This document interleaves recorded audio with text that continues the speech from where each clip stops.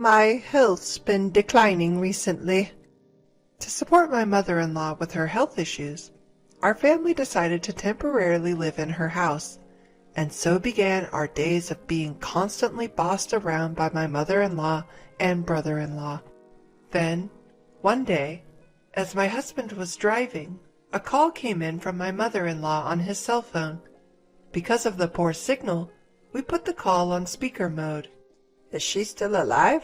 Stubborn, isn't she? If I wasn't there, she might have seriously been dead.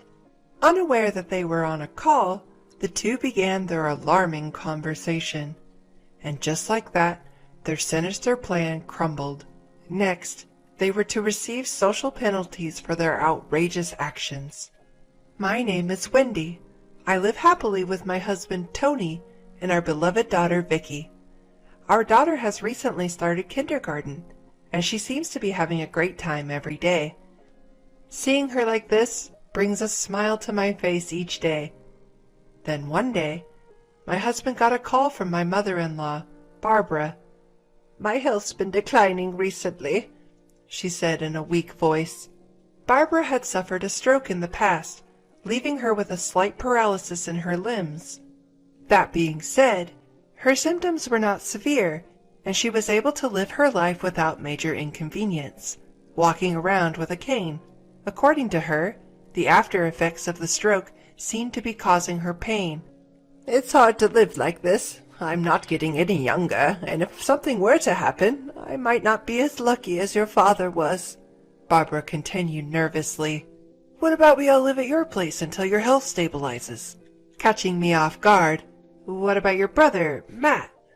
As far as I knew, Matt, Tony's brother, was living with my mother-in-law. But according to her, Matt was busy job hunting and she didn't feel secure with him alone. I was torn. To be honest, I didn't get along well with Barbara. She always had a lot to say, and I had experienced her being rather harsh towards me in the past. But it wasn't just me who had issues with my mother-in-law. My husband, Tony, didn't exactly have the best relationship with his mother either. Apparently, she had always favored Matt, the eldest son, while Tony was treated as if he were an afterthought. When I broached the topic, Tony replied with a troubled look. That's true, but still, I am her son. Indeed, this seemed like a sentiment typical of Tony, a man of strong responsibility. Out of respect for my husband, I agreed to the temporary move to my in-laws' house. Moving homes is a big deal. Fortunately, our home and the in-laws' home aren't too far apart. Our daughter Vicky probably won't even need to change her kindergarten. Also, Vicky herself seems fairly excited about the idea. So I convinced myself, thinking, it's just until Barbara's health improves. With that, we started our life at my in-laws' house, but my burden turned out to be more than I expected. First off, the house itself is pretty old, and its size means housework is quite a struggle. The time required for cleaning is off the charts. What's more, the volume of cooking and laundry has nearly doubled. I was under the impression that I'd just be helping my mother-in-law, but in reality, most of the housework fell on my shoulders. And while I was working hard, my mother-in-law was... Vicky, darling, it's such a lovely day. Why don't we go shopping together?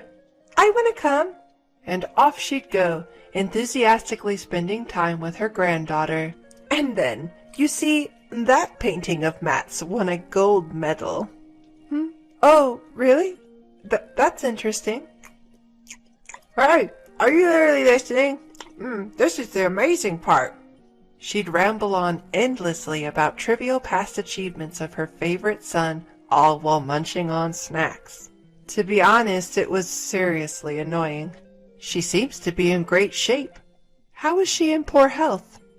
I eyed my mother-in-law with suspicion. Suddenly she started coughing as if she was startled. Am I imagining the insincerity here? Well, let's end my rant about my mother-in-law here. Next is about my brother-in-law. He was also a significant pain in the neck. Contrary to the stories I'd heard, Matt turned out to be a jobless singleton almost entirely dependent on his parents. And his thoughts and actions were so childish. It was hard to believe he was a man in his 40s. Wendy, I'm hungry. Where's my lunch? Wendy, why didn't you wake me up? I missed my favorite show. I found myself catering to him as well. Even Vicky, my daughter, helps out around the house. He seemed to think he was entitled to having others look after him. "I'm not your wife nor your mother," I screamed inside my head. The fact that he called me Wendy Darling was also creepy. Moreover, there was something unnerving about the way he looked at me. So, I was leading a tough life, both physically and emotionally due to these two people. But one night, several relatives had gathered for a drinking party at our home. I went upstairs to fetch a fan to improve the ventilation in the living room. The fan should be around here somewhere. Wendy. When I turned around, my brother-in-law was standing behind me out of nowhere. Then, with a smirk on his face, he said something unbelievable. Why don't you ditch boring Tony and start over with me? I couldn't believe my ears, but it seemed I had heard him right. He was ogling me with a lascivious grin on his face. He might have been emboldened by alcohol, but his remark was disgustingly crude to the extreme. "Brother-in-law, you're clearly too drunk. That's not funny, even as a joke." Huh? Are you saying you want to reject me? I might spill your secret to Tony, you know. "What? I don't know what you're talking about. I'm busy, so I'm gonna leave now." With that, I tried to ignore him and head downstairs, but he forcefully grabbed my arm out of the blue. Come on, I'm way better than Tony. "Stop it! Just stop!" Startled, I jerked my arm away from my brother-in-law. Unexpectedly, Matt lost his footing due to my sudden resistance. He tumbled down the stairs, ultimately hitting the back of his head against the wall with a groan. Hearing the commotion, Tony and other relatives rushed over. Hey, what's going on here? "Oh, Matt just slipped." "Oh my, look at the bump on his head." While his mother fretted over him, shaking him violently, other family members managed to calm her down and took Matt to another room for first aid. Amid all the confusion, my quarrel with Matt was forgotten. I contemplated whether to tell Tony about Matt's advances, but decided to stay silent for now, not wanting to cause unnecessary worry. If Matt's actions escalated, I would speak up. With that thought, I made my way towards the living room where everyone was gathered. Then, in the corner of the hallway, I saw Vicky looking at me with a worried expression. "I'm sorry if I scared you, honey. Did I wake you up? Let's get you back to bed." "Okay." Something about Vicky's demeanor felt off. But it was late and I didn't question further, taking her to her room to put her back to bed. Life remained difficult due to my mother-in-law and Matt.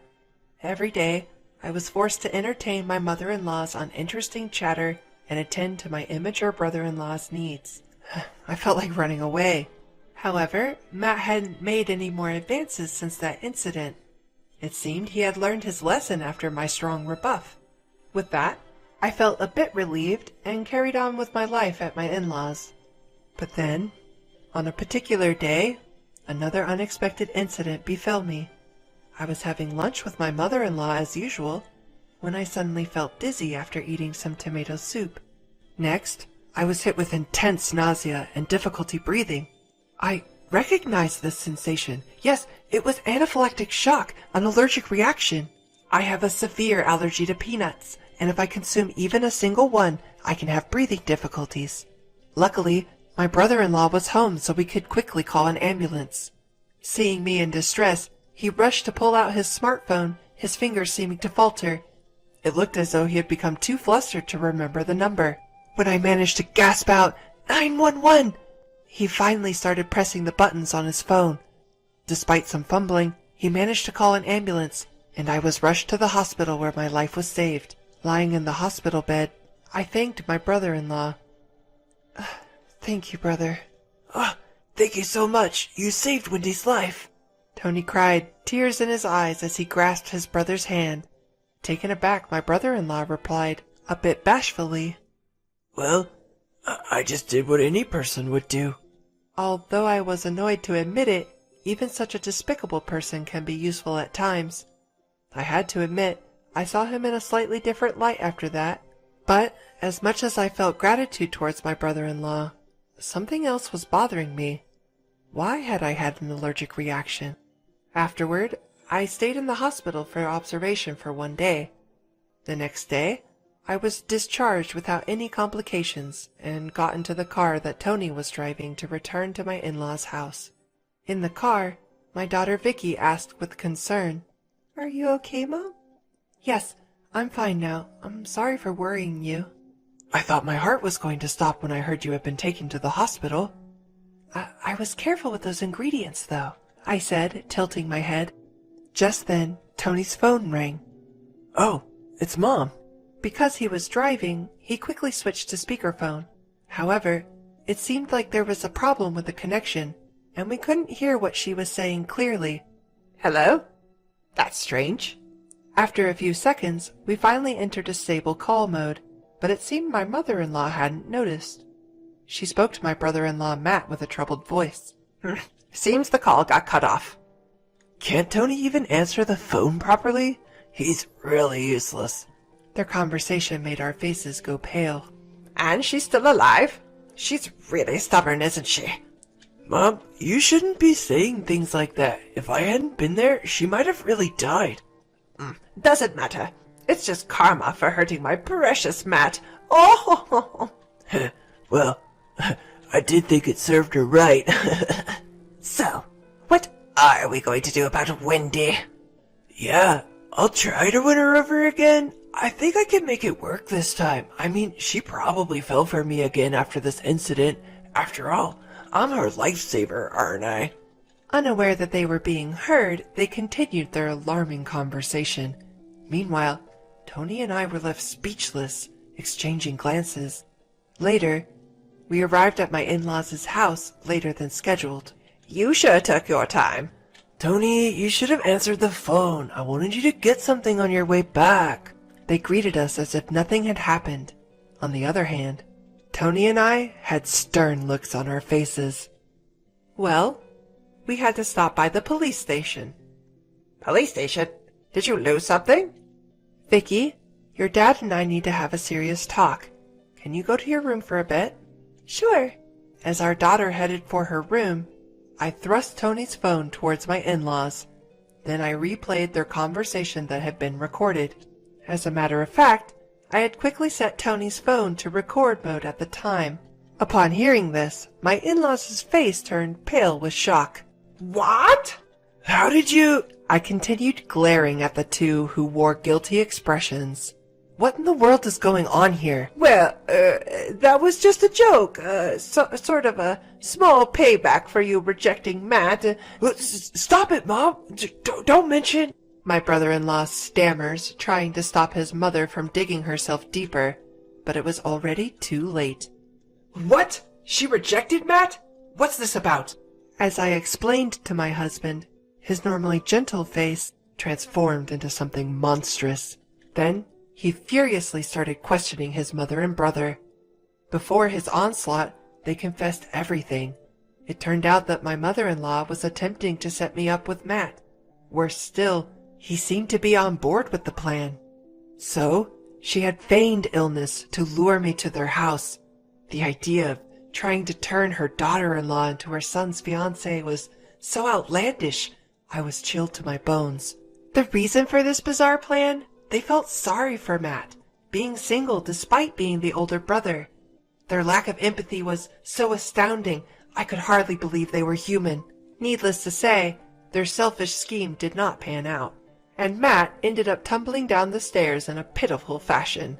As I remembered the events, I shuddered. At the same time, something my brother-in-law had said stuck in my mind. What secret about me were you using as a threat?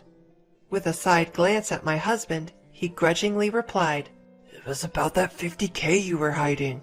It appeared he was after my personal wealth as well, but he was way off the mark.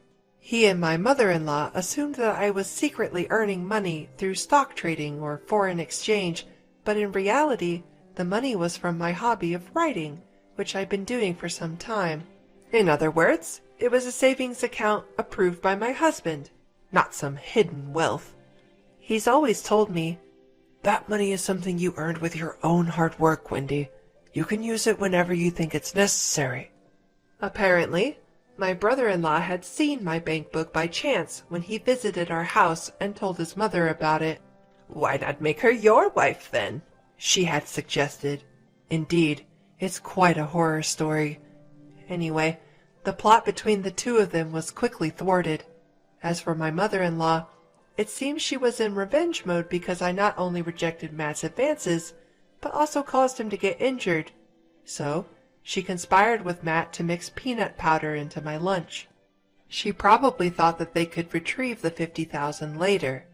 But seeing me suffering more than he expected, Matt became frightened and hurriedly called an ambulance. By the way, it seems my mother-in-law had been trying to get the passcode for the bank account from Vicky all this time.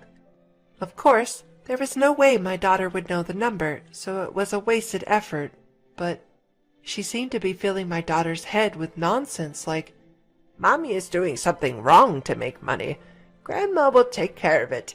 Oh, don't tell Mommy about this. If you do, she might get arrested by the police. That day, the mystery of my daughter's strange behavior towards me was finally solved. What were you thinking? Scaring your own grandchild like that? Aren't you ashamed of trying to steal your younger brother's wife? I always thought you were a fool, but I never expected this. As Tony voiced his anger and disbelief, his fists trembling, Matt, perhaps feeling his pride hurt, retorted, Hey, don't get cheeky just because you're my younger brother. I'm way more handsome than you. If I had met Wendy before you did, she would have definitely married me. This further fueled Tony's anger, but there was someone even angrier than my husband. Yes, that was me. You have got to be kidding. Tony is a decent human being unlike you. There's no way I would marry a deluded jerk like you, even if hell freezes over. You middle-aged narcissist. Grow up and stop adding darling to my name. Before I knew it, I was shouting every insult I could think of. Matt seemed to shrink under my intense glare and harsh words.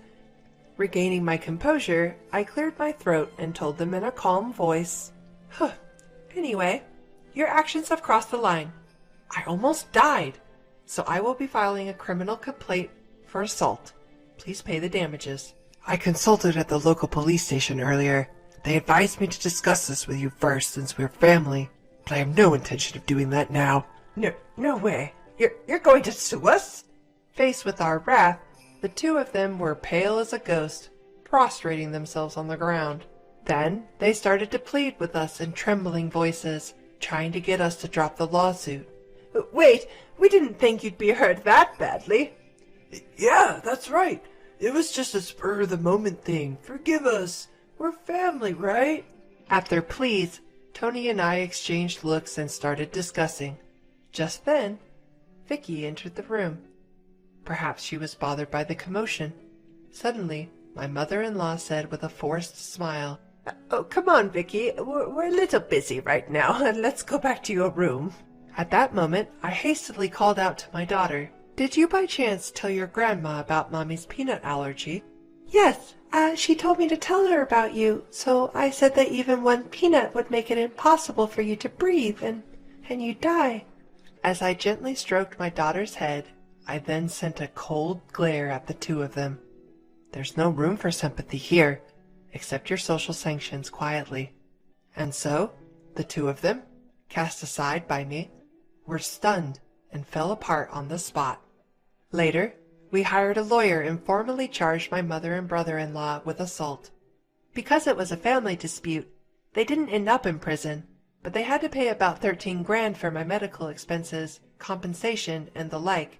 Naturally, neither of them had any savings to cover this, having led such a dissolute life. In the end, they reluctantly sold their family home for cash and made the payment. And as for the two of them now without a home, Oh, it's going to be a little cramped in that house if all 5 of us are going to live there. Tony, when are we gonna do the extension and remodeling? unbelievably, they seemed fully prepared to live in our house. These people are truly hopeless. Of course, such a ridiculous proposal wouldn't stand a chance. What kind of nonsense are you spouting? Talk in your sleep when you're asleep. It was probably an explosion of pent-up frustration. The two of them, vehemently rejected by us, hastily left the scene. We heard that they later rented a room in a rundown apartment. They are said to be living a tough life, surviving on the wages my brother-in-law earns from his part-time job.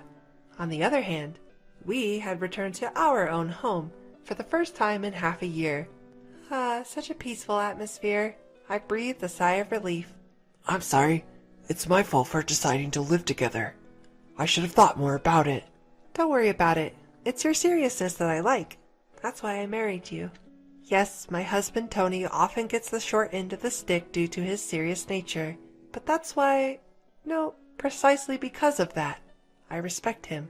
I continued speaking to my dejected husband. You looked brave and cool when you punched Matt. Violence isn't good, though. Hearing that, my husband chuckled sheepishly. Then, as he was holding our daughter, he said, That's right.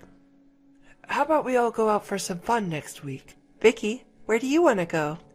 The zoo! Watching my daughter laugh with excitement, I savored the happiness, and I made a vow to continue saving that money for my daughter's future. I promise.